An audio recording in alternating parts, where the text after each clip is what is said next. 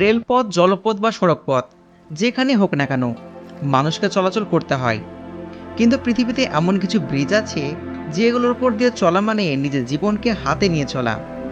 কিছু ব্রিজ এতটাই ভয়ঙ্কর যে দেখলে শরীর কেঁপে ওঠে। আর অবাক করার বিষয় হলো, চীন এমন একটা ঝুলন্ত ব্রিজ তৈরি করে ফেলেছে যেটা বানাতে গিয়ে 100 জনের বেশি শ্রমিকের জীবন হারাতে হয়েছে। আজকের ভিডিওতে আমি আপনাদের এমনই কিছু বিপজ্জনক ব্রিজ দেখাতে চলেছি যেগুলো দেখলে ভয়ে আপনাদের কলিজা শুকিয়ে যাবে। আর বন্ধুরা, শেষে আপনাদেরকে জানাবো বাংলাদেশের গর্ব পদ্মা সেতু আসলে কতটা বিপজ্জনক হতে পারে। আজ আমি আপনাদের এমন 6টা ব্রিজ প্রমাণ সহ দেখাবো যেগুলো দেখার পর আপনারা রীতিমতো অবাক হয়ে যাবেন, যেগুলোতে চড়তে গেলে লোহার কলিজা থাকা দরকার। তো চলুন শুরু করা যাক আজকের ভিডিও।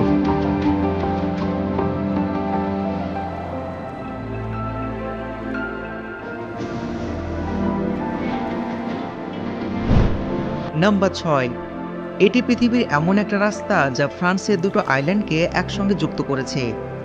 এই রাস্তাকে প্রকৃতির এক ভয়ঙ্কর রূপ বলা হয়ে থাকে, কারণ পৃথিবী তার ক্ষমতার সাহায্যে এই রাস্তাকে দিনে 2বার করে ঢেকে দেয়।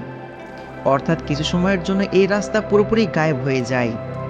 আসলে দিনে 2বার জোয়ার ভাটা হয়, আর জোয়ারের সময় সম্পূর্ণ রাস্তায় পানি ভরে যায়। এটি সত্যি পৃথিবীর একটা ইউনিক ও সুন্দর দৃশ্য।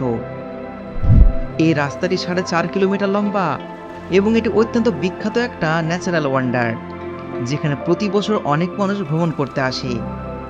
এই রাস্তা দিয়ে দিনে সব সময় চলা যায় না, কারণ যখন পানি চলে আসে তখন এই রাস্তাকে বন্ধ করে দেয়া হয়।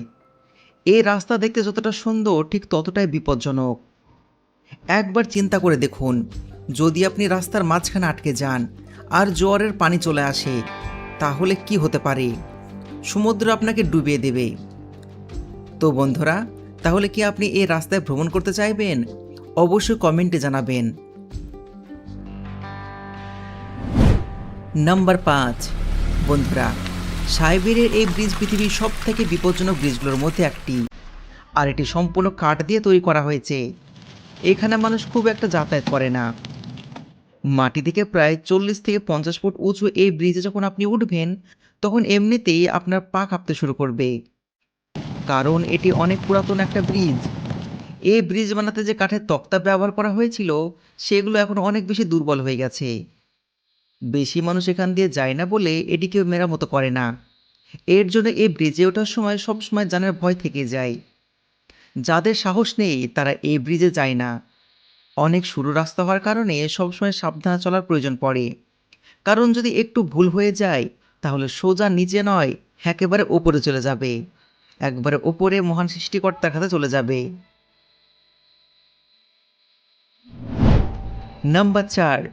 এটি পৃথিবীর একমাত্র এমন রাস্তা যেটা আস্ত একটা বিল্ডিংয়ের মধ্য দিয়ে গেছে, আর এই বিল্ডিংয়ের ওপরে নিচে মানুষও বসবাস করে। এটি দেখার পর কোনো সায়েন্স ফিকশন সিনেমার দৃশ্য মনে হবে, কিন্তু এটা কোনো মুভি নয়। এটি হলো জাপানের টেকনোলজি। জাপানের সরকারকে এখান দিয়ে রাস্তা তৈরি করতে হতো, কিন্তু এই বিল্ডিংটা অনেক দামি ছিল, কিন্তু এখান দিয়ে রাস্তা করা দরকার ছিল। তাই জাপানের সরকার ডিসিশন নেন এই বিল্ডিংয়ের ভিতর দিয়ে রাস্তা তৈরি করা হবে। হাজার হোক জাপানের বুদ্ধি। এর জন্য রাস্তাকে সরাসরি বিল্ডিংয়ের মধ্যে দিয়ে বানানো হয়েছে। এই পুরো বিল্ডিংটি জাপানের একটা বিখ্যাত কোম্পানি অফিস। এই ব্রিজটি বিল্ডিংয়ের 5ম থেকে 7ম তলা ভেদ করে চলে গিয়েছে। আর অবাক করা বিষয় হলো, জাপানের সরকার এই বিল্ডিংয়ের মালিককে রাস্তা ব্যবহারের জন্য প্রতি মাসে রীতিমতো ভাড়া দিয়ে থাকে। নাম্বার 3। বন্ধুরা, আমাদের শহরে অনেক ধরনের বিজি ইন্টারসেকশন থাকে, যেগুলো এত জ্যাম লেগে থাকে যে ড্রাইভ করার সময় অনেক রাগ উঠে যায়। যদি আপনারও এরকম হয়ে থাকে তাহলে আপনি চীনের সাংহাই শহরে কোনো সময় ড্রাইভ করতে চাইবেন না। প্রক্সি ভায়াক্ট দুনিয়ার সবচেয়ে বড় এবং ব্যস্ততম ইন্টারচেঞ্জগুলোর মধ্যে একটি। এখানে টোটাল 5টি লেভেলের সেতু রয়েছে, যা দুটো হাইওয়েকে এক করেছে। পৃথিবীর সবচাইতে বড় ইন্টারচেঞ্জগুলোর মধ্যে এটি একটি। এখানে এত পরিমাণ ভিড় হয় যে প্রতি ঘন্টায় হাজার হাজার গাড়ি এখান দিয়ে যাতায়াত করে। সবচাইতে মজার বিষয় হলো, এই রাস্তাটি সম্পূর্ণ টোল ফ্রি। সরকার এখানে কোনো রকম টোল বসায়নি। একবার চিন্তা করে দেখুন, আমাদের দেশে যদি এরকম রাস্তা করা যায় তাহলে তো টোল দিতে দিতেই মানুষ পাগলা হয়ে যাবে। এই রাস্তায় যাওয়ার আগে এই রাস্তার ম্যাপ সম্পর্কে আপনাকে ভালো করে জানতে হবে, না হলে আপনি এই গোলকধাঁধায় পুরোপুরি হারিয়ে যাবেন। বাংলাদেশের পদ্মা সেতু কয়েক বছর আগে উদ্বোধন হয়েছে, আর সেখানে নির্দিষ্ট টোল বসানো হয়েছে। টোল বসানোর এই সিদ্ধান্ত কি ঠিক ছিল নাকি ভুল? আপনাদের মতামত কমেন্টে জানাবেন।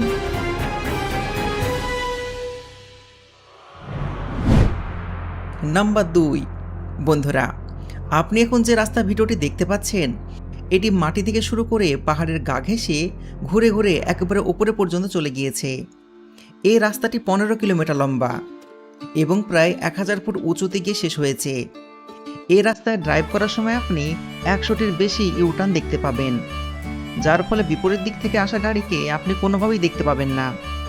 এই রাস্তায় ড্রাইভ করা মানে হলো নিজের জীবনকে হাতে নিয়ে চলা। এই রাস্তার কিনারায় সেফটি ব্যারিয়ার আছে ঠিকই, কিন্তু যদি আপনার গাড়ির স্পিড অনেক বেশি থাকে কিংবা অনেক যদি কম থাকে, তাহলে আপনাকে খাদে পড়া থেকে কেউ বাঁচাতে পারবে না। তবুও এই রাস্তা দিয়ে দিনে কয়েক হাজার গাড়ি ওঠাচলা করে।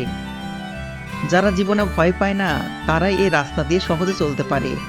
আমাদেরকে যদি বলা হয় এই রাস্তা দিয়ে চলতে, তাহলে তো আমরা ভয়ে মরে যাব। তো বন্ধুরা, এই রাস্তা যদি আপনাকে ড্রাইভ করতে দেওয়া হয়, আপনি কি পারবেন? অবশ্যই কমেন্টে জানাবেন। নাম্বার 1, এই ব্রিজটি বানানো হয়েছে বিজ্ঞান ও টেকনোলজির একটা চরম সমন্বয়ে। এই ব্রিজের উচ্চতা এতটাই বেশি যে সাধারণ মানুষ তা কল্পনা করতে পারবে না। মাটি থেকে প্রায় 175 ফুট উচ্চতা নির্মিত এই ব্রিজটি সত্যি মানুষকে অবাক করে দেয়। এই ব্রিজের মাধ্যমে দুটি শহরকে যুক্ত করা হয়েছে, আর বিশেষ করে এই বিশাল প্রজেক্ট বানানোর সময় 100 জনেরও বেশি মানুষের জীবন হারিয়েছিল। এই ব্রিজের বিশেষত্ব হলো এই ব্রিজে যে কেউ গাড়ি নিয়ে সহজে চলতে পারবে না। শুধুমাত্র দক্ষ ড্রাইভাররা এই খাড়া ব্রিজে ড্রাইভ করতে পারেন। এবার হয়তো শোনার পর আপনার মনে প্রশ্ন আসছে যে এই ব্রিজ এত খাড়া করে কেন বানানো হয়েছে? তো এর উত্তর হলো, নিচ দিয়ে যেন বড় বড় মালবাহী জাহাজ সহজে চলাচল করতে পারে। মূলত সেই জন্যই একটি আইল্যান্ড থেকে আরেকটা আইল্যান্ডে যাওয়ার জন্য এত উঁচু করে ব্রিজ বানানো হয়েছে। এবার আসা যাক সেই ব্রিজের কথায়, যার জন্য আপনারা এতক্ষণ পর্যন্ত সময় দিয়ে ভিডিওটি দেখছেন। কয়েক বছর আগে বাংলাদেশের পদ্মা সেতু উদ্বোধন করা হয়েছে। এর ফলে বাংলাদেশের অর্থনৈতিক ব্যবস্থা উন্নতির পাশাপাশি কোটি কোটি মানুষের দীর্ঘদিনের যাতায়াতের কষ্ট শেষ হয়ে গেছে। এই ব্রিজটি বাংলাদেশের মানুষের জন্য যে কতটা জরুরি ছিল, এটা তো আপনি বুঝতেই পারছেন। কিন্তু ইতিহাস সাক্ষী আছে, যখনই কোনো বিশাল ব্রিজ সমুদ্র বা নদীর উপর দিয়ে তৈরি করা হয়েছে, সেটি মানুষের জন্য কিছুটা হলেও ঝুঁকির কারণ হয়েছে।